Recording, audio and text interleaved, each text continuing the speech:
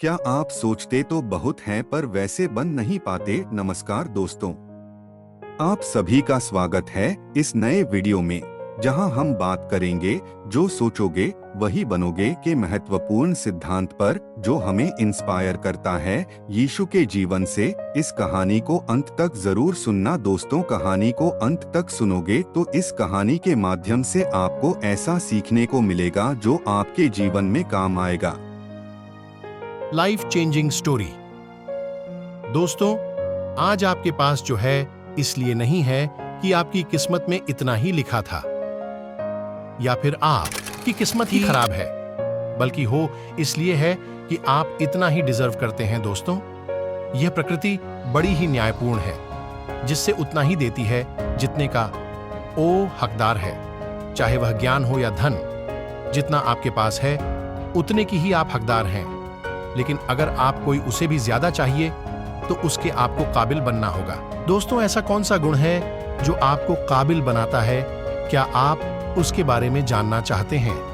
अगर आप जानना चाहते हैं तो यीशु के जीवन पर आधारित इस कहानी को अंत तक जरूर सुनना। हम इस रहस्य को यीशु के विचारों से सीधे संबंधित करेंगे। यह नहीं केवल हमें सोचने का मार्गदर्शन करेगा, बल्कि हमें उसे अपने जीवन में कैसे लागू करना है इसे समझाएगा। एक दिन एक बेरोजगार युवक उस रास्ते से गुजर रहा था। एक विद्वान की चिल्लाने की आवाज उसके कानों में भी पड़ी, जो चाहोगे सो पाओगे, जो चाहोगे सो पाओगे। ये वाक्य सुनकर वह युवक विद्वान के पास आ गया और उससे पूछने लगा, अंसी, आप बहुत देर से जो चाहोगे सो पाओगे चिल्ला रहे हो। क्या आप सच में मुझे वो दे सकते हो जो मैं पाना चाहता हूं? विद्वान ने बोला, हां बेटा, लेकिन पहले तुम मुझे ये बताओ कि तुम पाना क्या चाहते हो। मैं चाहता हूं कि एक दिन मैं हीरों का बहुत बड़ा व्यापारी बनूं। क्या आप मेरी ये इच्छा पूरी कर सकते हैं?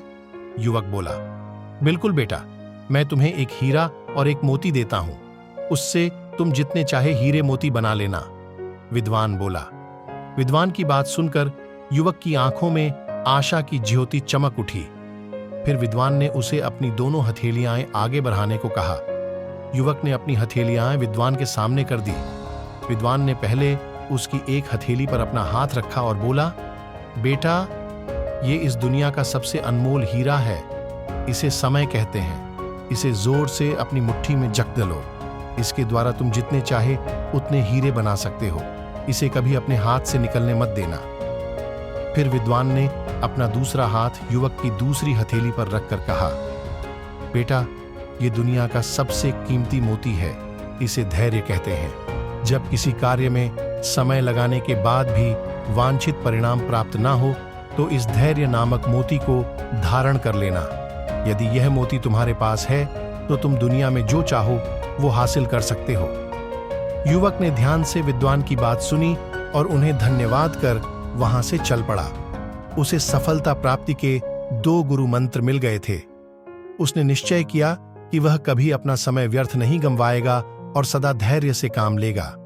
कुछ समय बाद उसने हीरे के एक बड़े व्यापारी के यहाँ काम करना प्रारंभ किया।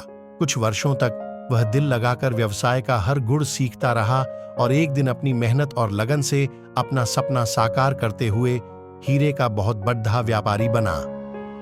कहानी की सीख, मन में जब सोचते हो और उसके लिए प्रयास करते हो तो सफलता मिलती ही है। लक्ष्य प्राप्ति के लिए सदा समय और धैर्य नाम के हीरे मोती अपने साथ रखें।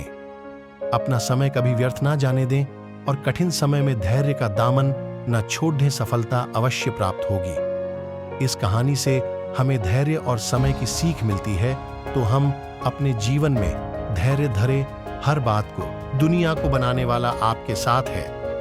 यीशु आपके साथ है। आपको किस बात का डर है? तो बस निरंतर प्रार्थना में बने रहे और धैर्य समय पर विश्वास रखे। परमेश्वर आपके लिए जरूर काम करेंगे। सभी को जय मसीह की। इस वीडियो को देखने के लिए प्रभु बहुत बहुत आशीष दे आपको।